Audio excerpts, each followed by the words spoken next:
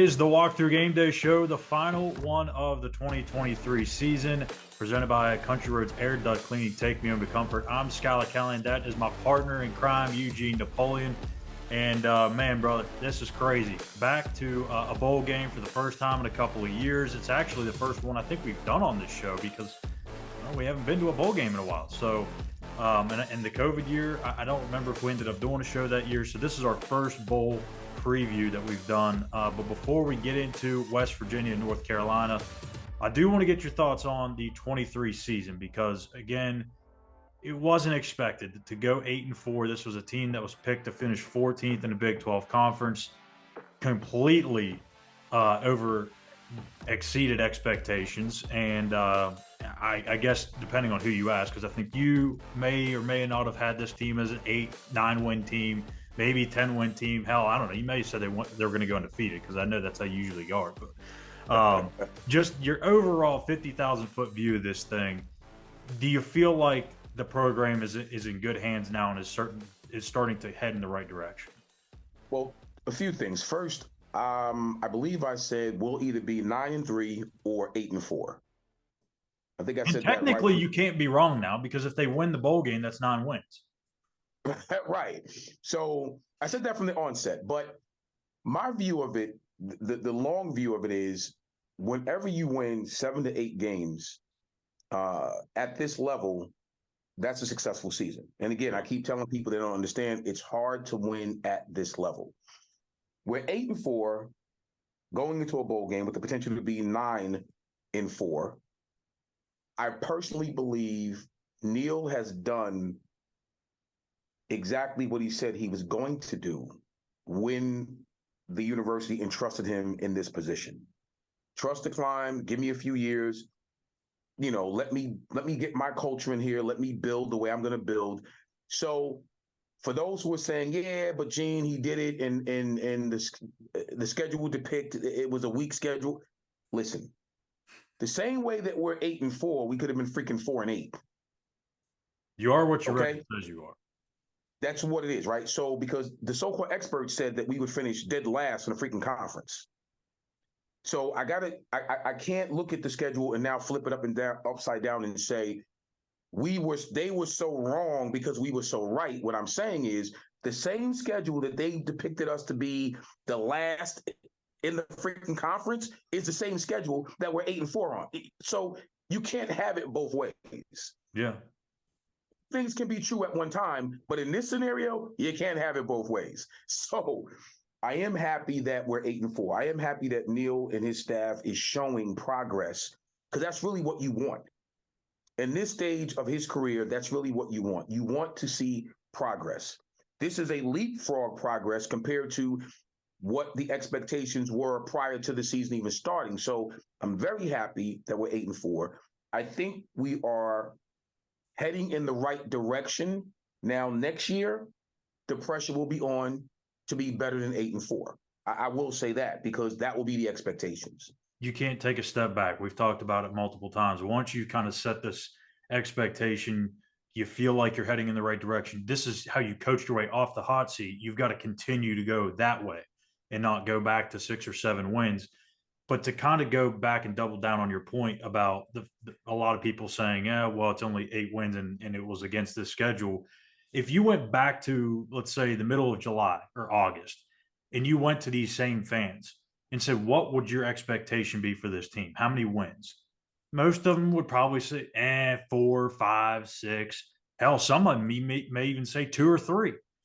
Because there were so many question marks about this team. You didn't know what the quarterback situation was going to look like. You didn't know what the defense was going to look like. You didn't really have any proven commodities at receiver. You were kind of relying on Devin Carter to be your guy, and he didn't even end up being a guy, really. I think he got passed up by some of the young bucks. But I think a lot of people need to go back and think what they were thinking in July and August, because I was wrong about this team. I said, I think 6-6, maybe. I don't know if I went quite to 7-5, but I think I was around 6-6. So I was still wrong on this team, 100%. But it's not that, oh, well, they should have been 8 wins with this schedule. No. He coached this team to get to 8 wins. He exceeded expectations. The Absolutely. reason why they're 8-4 is because of development. Garrett Right. Green was a guy that was not a full-time starter coming into the season. By year's end, he's one of the top quarterbacks in the country in terms of passer rating and all this other stuff, deep ball completions. He's going to be one Right. of the top returning quarterbacks next year. And you have to, and that's a good point. That's a very good point, Schuyler. And you have to give that the word development. He was developed into that not only prior to, but during the season. You kind of saw the maturations Yeah. that he was going through, and it was really good. Look at the backfield. Look at that. Look at the development in the backfield. Look at the development in the receivers, including our tight He ends, won. because some people. You could argue that he won 8 games with a core that was made up of either first-year starters, newcomers, or true freshmen like pups. No, absolutely. No, and see, that's why here's a double edge. That's why next Got to season will go be up. exact because you have a young roster of talent that all balled out this year and they're all coming back. Yep. You're getting your key nucleus of studs back. So now, with a year under your belt, under their belt, they're feeling really good about what they've done. What will next year bring? And that's what I'm excited. I'm really excited about that phase of this thing. What will next year bring? Yeah, I think they're heading in the right direction. They've got some good talent coming in through the high school ranks, which we just saw earlier this week. Transfer portal, they've got some guys locked up, so it's only going to get better, I think. So let's go ahead and get straight into this preview. West Virginia, North Carolina. We're not going to go as long as we normally do on here because it's the holidays. We want you guys to not have to sit here and listen to us for 45, 50 minutes like you normal. So, and plus, to be honest, Gene, there's not really a whole lot we can dive into because North Carolina doesn't want to be in this game. So No. there's not Yeah. much for us to go off of. And really, for West Virginia's coaching staff, this is a pretty tall task because they don't really have a lot of tape on these guys. Like the quarterback situation, Drake May played 99% of their snaps this year. He's not Right. playing in this game. You're going to have to go back to whatever Connor Harrell did against Campbell, which was he went 4 for 4, had a nice touchdown pass. And then outside of that, you have to go back to his high school tape. You have no idea what you're going to do here. But I will say this is a Carolina team that you could question the interest level because they started out the season 6-0. They thought they were going to go to the college football playoff potentially at worst in year 6.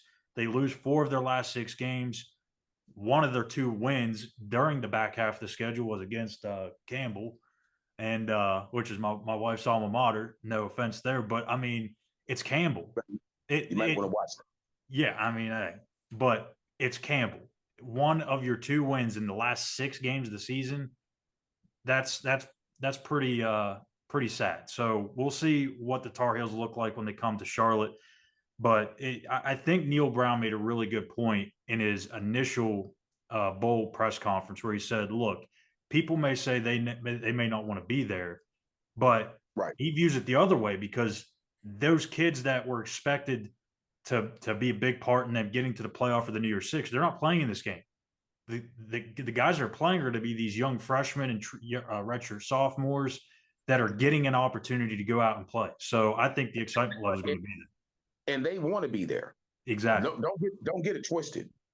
You put on that North Carolina uniform. I don't care what uniform it is, but in this case, we're talking about UNC. You put on that North Carolina uniform, you're going to want to represent. Yeah.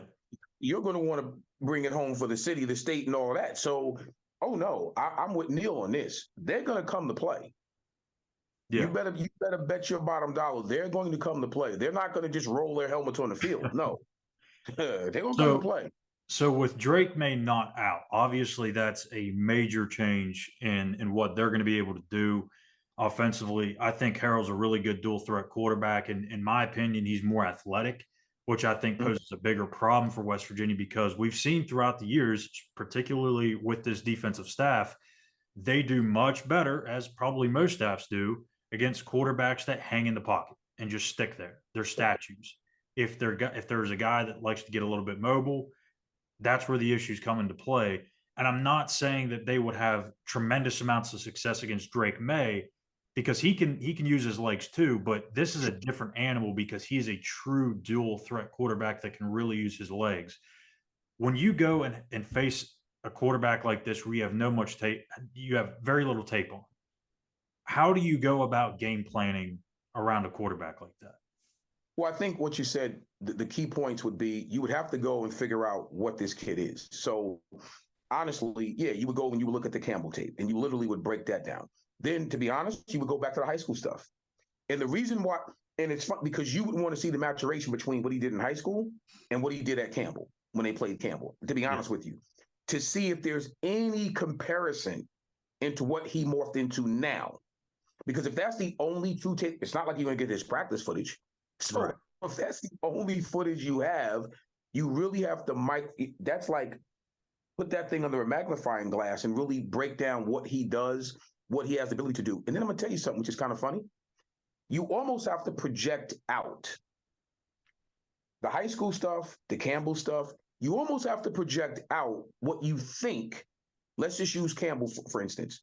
If he's good at throwing mid-range balls, right, in that 20, 30, 35-yard area, you almost going to have to say, okay, he's a better short-range passer than a long ball thrower, then we better make sure that we keep everything, in front of us. Yeah. We better make sure that, because this is what he does well. And let's say if he rolls out and he can throw really good on the move, okay, we know that coaching staff, and we know how good their coaching staff is, right? They're going to probably have plays designed and drawn up to his strengths, which means he rolls out, throws really well on the run. We're going to get probably a heavy dosage of that. We know he's a mid-ball throw, like between 20, 25, 30 yards. We're going to get a steady dosage of it. We know this. 9 times out of 10, now if he's a deep ball, a gunner, now you know, okay, this kid pretty much has a really nice arsenal. His arsenal is really good. Like he can do a bevy of different things. Dude, we're going to have to prepare for him as if it were Drake May. Yeah. Because he can do all that. And I think that's the biggest wild card in it all is he's got the arm talent for sure. We saw in the small little bits that he got to play against Campbell, but is that who he is, or is this just that's against Campbell? He's taking advantage of one-on-one situations. Right. We'll see. But the one thing I do know is they're going to lean on the running game. Amarion Hampton is one of the best running backs in the country. He is one of the few starters that is playing in this game. And I would imagine with Drake May out, they're going to lean on him. We've seen West Virginia at times really struggle against the run. So when you have that element, plus a dual threat quarterback, it kind of brings you back to the Houston game a little bit, to not Oklahoma State, but TCU, I guess, would be another example. UCF would probably, I think UCF is probably the best comparison because they had the mobile quarterback in John Rice Plumlee, but it's going to be a challenge for West Virginia defensively. But offensively, you don't have CJ Donaldson in this bowl game. He's sitting out. He's recovering from his injury. That's a big loss. But Jaheim White emerged into a star over the last few weeks of the season, as you kind of projected. And now he's going to get his chance to be the starter in the bowl game. So what do you expect the Mountaineer offense to look like now that they've had a full month to prepare and put a game plan together? I'm going to be honest with you. I think we're going to be able to open up our offense through the run. I fully expect them to exploit, the running game and make sure that we can, throw the ball, like I said, off of run. And if you can do that now obviously the play action becomes really good for you because White is he is just so skilled with the ball in his hands, man. He's a threat. I don't care where you are on the field. The kid's a threat to score. So if we can develop the run game, which I think that we can, I think they'll rely on the run game to open up the pass game. And you know what? I really think, don't be surprised if the game plan will be more balanced than we've seen it, the run-pass ratio. I think that will be the sweet spot for WVU, honestly. Yeah. If you can get a balanced attack, I think that's going to be the sweet spot. In Carolina's defense, they've struggled all year long. That's a big reason as to why they went from 6-0 to 8-4 is the defense. Mm-hmm. So they've struggled against the run. They've struggled against the pass. They struggle against everything you do. So I do think you're going to see Garrett Green take advantage of that big arm that he has and take those vertical shots. I was going to say that. Yeah. I think we will probably throw the ball probably more so down the field than we've seen in the last few weeks. Because you're right. I've watched a lot of North Carolina throughout the season, and you're 100% right, Schuyler. They've struggled in every aspect. And a matter of fact, in all three phases of the game, I've seen them give up huge plays in the special teams. Offensively, they didn't look as good as they should have. Defensively, they didn't play it. And that's been consistent with them. They've had a peaks and valleys season in all three phases. So I really believe that West Virginia has the ability to come in and take advantage of all of that. And I really believe that we will. Yeah. I mean, both teams are 8-4, but they certainly got there in different ways, right? I mean, again, we just talked about they were 6-0, lose 4 of their last 6. West Virginia, they started out 4-1, but they weathered the storm. They lost a couple of games and then they finished the season strong. So I think, again, you go back to that interest level. Carolina, did they want to be there? Do they not? Regardless, West Virginia, we do know that they want to be there. They weren't expected to have this type of a season, and for them to go out and have an opportunity to pick up win number 9, man, that can really catapult you into that offseason with a lot of momentum. So let's go ahead and break down some of these games here in the bowl season. Gene, it's time for our weekly pick'ems. You are 2 games ahead. It's our final one. I want to try and take the throne away from you. You've held on to it for the last couple of years. It's time for me to reclaim it. So yes, I have. Let's go to the Goodyear Cotton Bowl. It's Missouri and Ohio State. And again, a lot of these guys are sitting out if they're not in the playoffs. So keep that in mind. Missouri, Ohio State in the Cotton Bowl. I'm going with Mizzou. They want to be here. Ohio State thought that they could potentially get to the playoff. They're without their starting quarterback, Kyle McCord, who's now in Syracuse. So give me Mizzou, baby. Listen, and I am not going to disagree with you. I'm not going to go against you for the same very reasons. Bowl season comes down to who wants to be there, who don't want to be there. Yeah. And I could assure you, Ohio State does not want to be here. So I'm going with Mizzou as well. Yeah, I'm with you. Ole Miss and Penn State, the Chick-fil-A Peach Bowl. That is on the 30th at 12 o'clock on ESPN and ESPN Plus. This is an interesting game because there is a lot of very good NFL talent in this game. Some of them are going to be sitting out because they're going to prepare for the draft, but there's a lot of guys that are going to be coming back. So I do think this is a very interesting game, one that both want to be there for. I'm really back and forth on this one, but I'm going to go Penn State. I think it's close. I think Drew Aller makes more throws than Jackson Dart. I just think Penn State finds a way. And it's so funny. So you just going to just copy me all the way down. Absolutely. I can't. I've got to switch it up at some point because I've got to have a chance here. Penn State all the way. No, I agree with you 100%. No, and Ole Miss is a good ball club. Don't get me wrong, but I just think Penn State they show up in games like this, and they need to show up, and I think they will. Capital One Orange Bowl, the game that both these teams were heavily talked about a few weeks ago when it came to the final playoff reveal. Georgia, Florida State, both getting left out. Both felt like they should be there. I think they both have a case. I don't really think it's close. Unfortunately, I feel bad for Florida State. They don't have Jordan Travis as starting quarterback.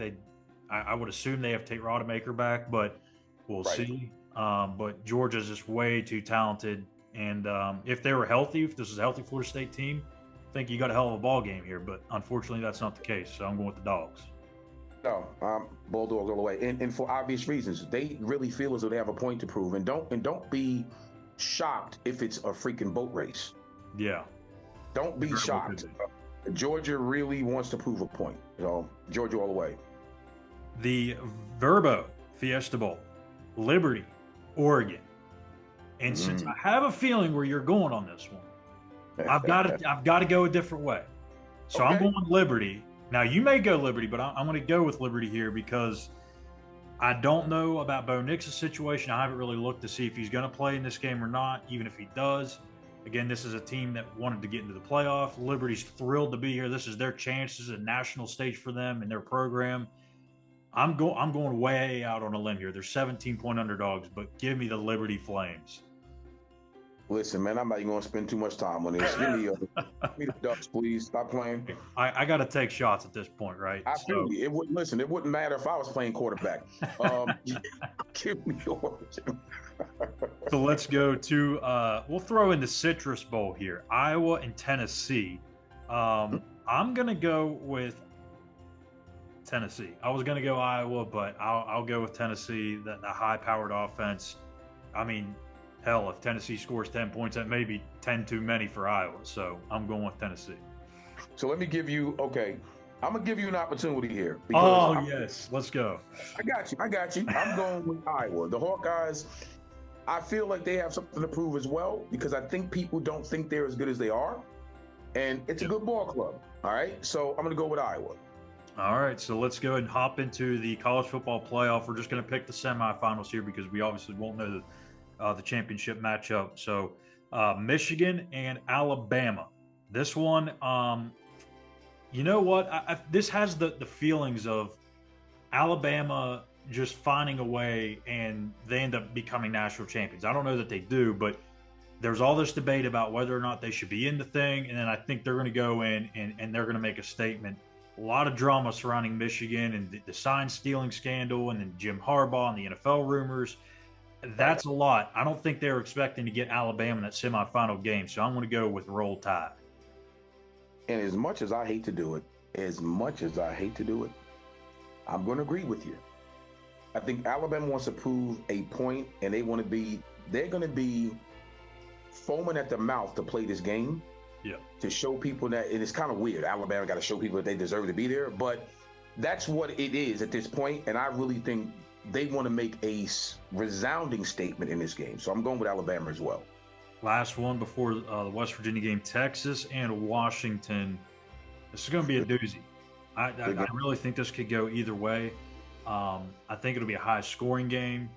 Mm-hmm. I really hate to do it, especially since they're about to leave the Big 12, but hook 'em on. Yes, I got you. I feel that way, but I'm going to give you another opportunity here. Let's go. You're such a generous man. I gotta. You're my guy, but Washington has something to prove as well. And I cannot go against Penix. He is something different. I watched this young man from Indiana to where he is at Washington. There's something about him, Schuyler, that's just different. Yeah. He's made it something different, dude. So I really think he wants to prove that they belong in this game and they belong playing for a title. And maybe he should have been the Heisman. Listen, man, come on, man. I told you. Just look at his story, right? And it's not just a story. Look at his ability to make every freaking throw on the field. The guy can throw in the dark incomplete passes.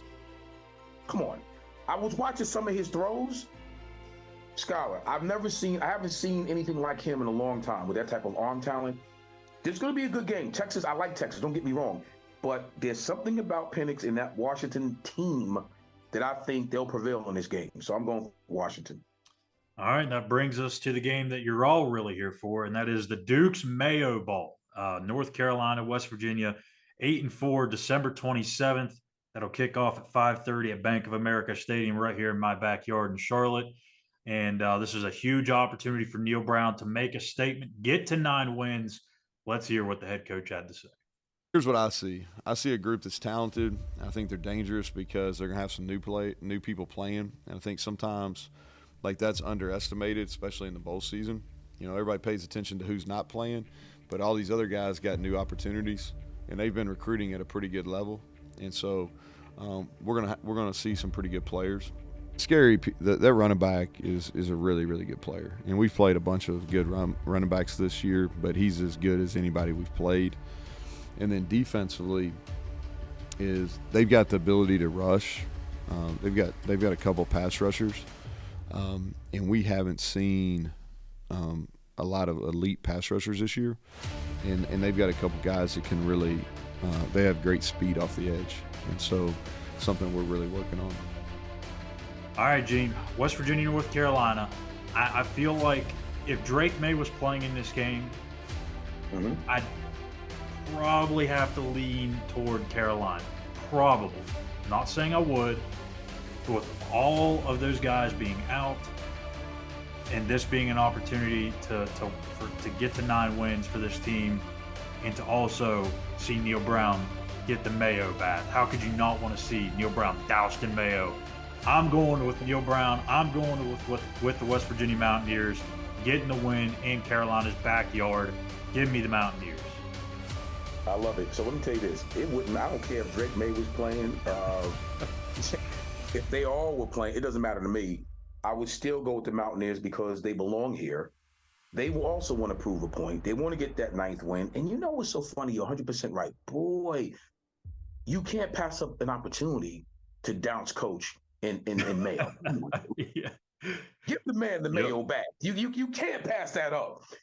So the Mountaineers all the way, dude. I'll give you a score if you want it. Oh, let's do it. 35-14, my guy. Woo! 35-14. He said not only going to win, they're going to put a spanking on the Tar Heels. A serious spanking. Awesome. So 35-14 is the score. So writing that down right now. 35-14, my guy. Go ahead and if you're in the state of West Virginia and you have a betting app on your phone, go and put that exact score in for your odds, and I'm sure that the payback will be incredible, and you can chip $5 of those winnings back to Eugene for giving you the picks. So we thank you guys so much for tuning in, not only for this episode, but for all of our episodes throughout the season here on the Walk Thru GameDay Show. It's been a lot of fun, brother. Anything you want to say to the fans here as we wrap this season up? Fans, listen, you already know. I am so pro WVU, obviously, for obvious reasons. Schuyler really is too, but he's, we have to play good cop, bad cop at times. I want to thank you from the bottom of my heart for tuning in and coming with us and coming down this journey during the season. It's awesome. I love college football, and I would not do this with anybody else than with my guy Schuyler. So this has been awesome. And I'm looking forward to a good 2024 season. But thank you again from the bottom of my heart. I appreciate you. Yeah, you guys make it a lot of fun. We always look at the comments each week and see what some of the funny things are said, and those that make fun of our picks and whatnot. And you guys always go to Gene. You always pick Gene's side whenever we do these. Who's got the better team or the better list or whatever, but that's okay. One of these days I'll have my shine, but that's all right. But we do thank you guys for tuning in and subscribing. And if you haven't subscribed yet, please do so on YouTube. Give us a like as well at Mountaineers Now. For Eugene, Napoleon, I'm Schuyler Callihan for one final time here this season on the Walk Thru GameDay Show presented by Country Roads Air Duct Cleaning. Take me home to comfort.